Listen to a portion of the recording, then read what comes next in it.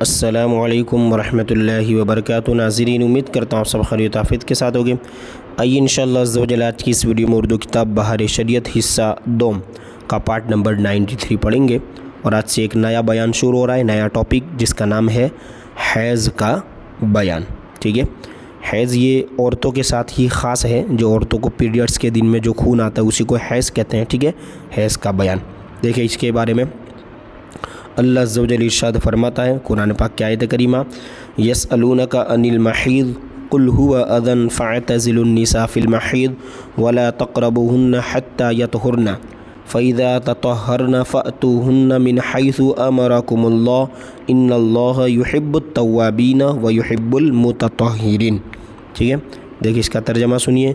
اے محبوب، تم سے حیض کے بارے میں لوگ سوال کرتے ہیں، تم فرما دو وہ گندی چیز ہے، تو حیض میں عورتوں سے بچو اور ان سے قربت نہ کرو جب تک پاک نہ ہو لے، تو جب پاک ہو جائے ان کے پاس اس جگہ سے آؤ جس کا اللہ نے تمہیں حکم دیا، بے شک اللہ دوست رکھتا ہے توبہ کرنے والوں کو اور دوست رکھتا ہے پاک ہونے والوں کو۔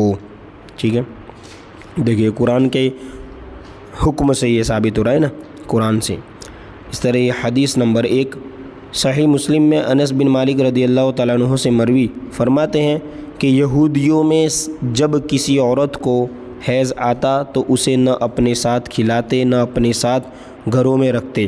صحابہ کرام نے نبی کریم صلی اللہ علیہ وسلم سے سوال کیا، اس پر اللہ تعالیٰ نے آیت ہے نا، یہ آیہ وَيَسْأَلُونَكَ عَنِ الْمَحِيضِ یہ نازل فرمائی، تو رسول اللہ صلی اللہ تعالی وسلم نے ارشاد فرمایا، جماع کے سوا ہر شے کرو، یعنی جو چاہے کرو، ہر چیز جماع کے علاوہ، یعنی ہم بستری بیوی سے، ٹھیک ہے، اس کے علاوہ۔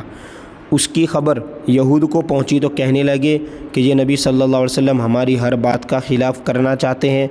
اس پر اسید بن حضیر اور عبادہ بن بشر رضی اللہ تعالیٰ عنہما نے آ کر عرض کی کہ یہود ایسا ایسا کہتے ہیں، تو کیا ہم ان سے جماع نہ کریں کہ پوری مخالفت ہو جائے، یعنی جماع کریں گے حیض کی حالت میں تو ان سے پورا بائیکاٹ ہو جائے گا۔ رسول اللہ صلی اللہ علیہ وسلم کا روئے مبارک، رو مانے چہرہ نے، روئے مبارک یعنی چہرہ مبارک متغیر ہو گیا، یعنی بدل گیا، یہاں تک کہ ہم کو گمان ہوا کہ ان دونوں پر غضب فرمایا۔ وہ دونوں چلے گئے، یعنی جو دونوں صحابہ آئے تھے نا کہنے، وہ دونوں چلے گئے، اور ان کے آگے دودھ کا ہدیہ نبی صلی اللہ علیہ وسلم کے پاس آیا۔ حضور نے آدمی بیچ کر ان کو بلوایا اور پلایا، تو وہ سمجھے کہ حضور نے ان پر غضب نہیں فرمایا تھا۔ دیکھا آگے حدیث نمبر 2 صحیح بخاری میں ام المؤمنین صدیقہ رضی اللہ تعالی عنہا فرماتی ہیں، ہم حج کے لیے نکلے، جب صرف یعنی ایک مقام ہے یہاں پر پہنچے، مجھے حیض آیا تو میں رو رہی تھی کہ رسول اللہ صلی اللہ تعالی وسلم میرے پاس تشریف لائے، فرمایا تجھے کیا ہوا، کیا تو حائض ہوئی؟ عرض کی ہاں۔ فرمایا یہ ایک ایسی چیز ہے جس کو اللہ تعالیٰ نے بنات آدم پر لکھ دیا ہے، تو سوا خانہ کعبہ کے طواف کے، ہے نا، یعنی خانہ کعبہ کے طواف کے علاوہ سب کچھ ادا کر جسے حج کرنے والا ادا کرتا ہے۔ اور فرماتی ہیں حضور نے اپنے ازواج مطہرات کی طرف سے ایک گائے قربان کی۔ اس طرح حدیث نمبر 3 صحیح بخاری میں عروہ سے سوال کیا گیا، حیض والی عورت میری خدمت کر سکتی ہے اور جنوب عورت مجھ سے قریب ہو سکتی ہے؟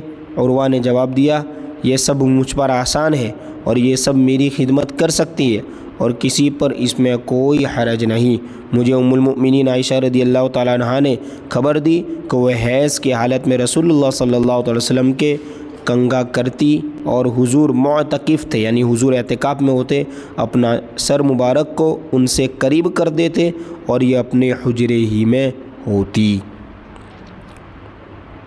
اس طرح حدیث نمبر 4 صحیح مسلم میں ام المؤمنین صدیقہ رضی اللہ تعالیٰ عنہا سے ہے، فرماتی ہیں کہ زمانہ حیض میں یعنی حیض کے وقت میں پانی پیتی، پھر حضور کو دے دیتی، تو جس جگہ میرا منہ لگا تھا حضور وہیں دہن مبارک رکھ کر پیتے، یعنی اسی جگہ سے منہ لگا کر پیتے، اور حالت حیض میں ہڈی سے گوشت نوچ کر کھاتی پھر حضور کو دے دیتی تو حضور اپنا دہن شریف یعنی منہ شریف اس جگہ رکھتے جہاں میرا منہ لگا تھا۔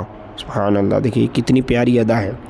یعنی یہاں سے حضور یہ تعلیم دے رہے کہ جو لوگ یہودی حیض کی وجہ سے جو عورت کو برا بھلا کہتے تھے اور عورت کو نحوست والا سمجھتے، ایسا ہمارے اسلام میں نہیں ہے، ٹھیک ہے۔ اس طرح حدیث نمبر 5 صحیحین میں انہی سے ہے کہ میں حائض ہوتی، یعنی حضرت عائشہ صدیقہ صحیح روایت ہے، وہ کہتی ہے کہ میں حائض ہوتی یعنی حیض کی حالت میں ہوتی اور حضور میری گود میں تکیہ لگا کر قرآن پڑھتے۔ حدیث نمبر 6 صحیح مسلم میں انہی سے مروی فرماتی ہیں حضور نے مجھ سے فرمایا کہ ہاتھ بڑھا کر مسجد سے مصلی اٹھا دینا۔ عرض کی میں حائض ہوں، فرمایا کہ تیرا حیض تیرے ہاتھ میں نہیں۔ اس طرح آگے دیکھیں حدیث نمبر 7 صحیحین میں ام المؤمنین میمونہ رضی اللہ تعالیٰ عنہا سے مروی فرماتی ہے کہ رسول اللہ صلی اللہ تعالی وسلم ایک چادر میں نماز پڑھتے تھے جس کا کچھ حصہ مجھ پر تھا اور کچھ حضور پر، اور میں حائض تھی۔ یہ سب حدیثیں وہی بات ثابت کر رہی ہے جو پہلے میں نے بتائی نا۔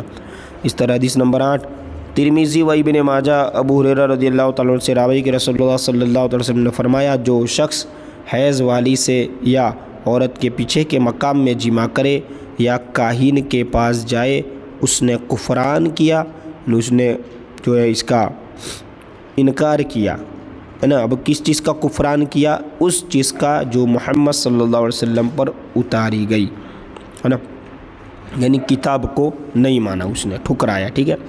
اس طرح حدیث نمبر 9 رزین کی روایت میں کہ معاذ بن جبل رضی اللہ تعالیٰ عنہ سے عرض کی یا رسول اللہ صلی اللہ علیہ وسلم میری عورت جب حیض میں ہو تو میرے لیے کیا چیز اس سے حلال ہے؟ فرمایا تہبند ناپ سے اوپر اور اس سے بھی بچنا بہتر۔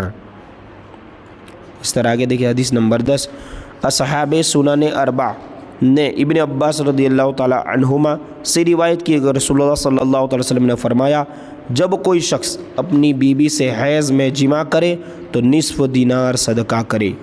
ترمذی کی دوسری روایت انہی سے یوں کہ فرمایا جب سرخ خون ہو تو 1 دینار اور جب زرد ہو تو نصف دینار، نصف یعنی آدھا دینار، ٹھیک ہے۔ اس طرح حیض کی جو حکمت ہے وہ کیا ہے؟ عورت بالغہ کے بدن میں فطرتاً ضرورت سے کچھ زیادہ خون پیدا ہوتا ہے کہ حمل کی حالت میں وہ خون بچے کی غذا میں یعنی خوراک میں کام آئے اور بچے کے دودھ پینے کے زمانے میں وہی خون دودھ ہو جائے، اور ایسا نہ ہو تو حمل اور دودھ پلانے کے زمانے میں اس کی جان پر بن جائے۔ یہی وجہ ہے کہ حمل اور ابتدائے شیر خارگی میں خون نہیں آتا، اور جس زمانے میں نہ حمل ہو نہ دودھ پلانا، وہ خون اگر بدن سے نہ نکلے تو قسم قسم کی بیماریاں ہو جائے، اس لیے وہ خون نکل جاتا ہے، وہ پیریڈز کے دن ہوتے ہیں، ٹھیک ہے۔ اب دیکھیں آگے حیض کے مسائل 94 سے پڑھیں گے۔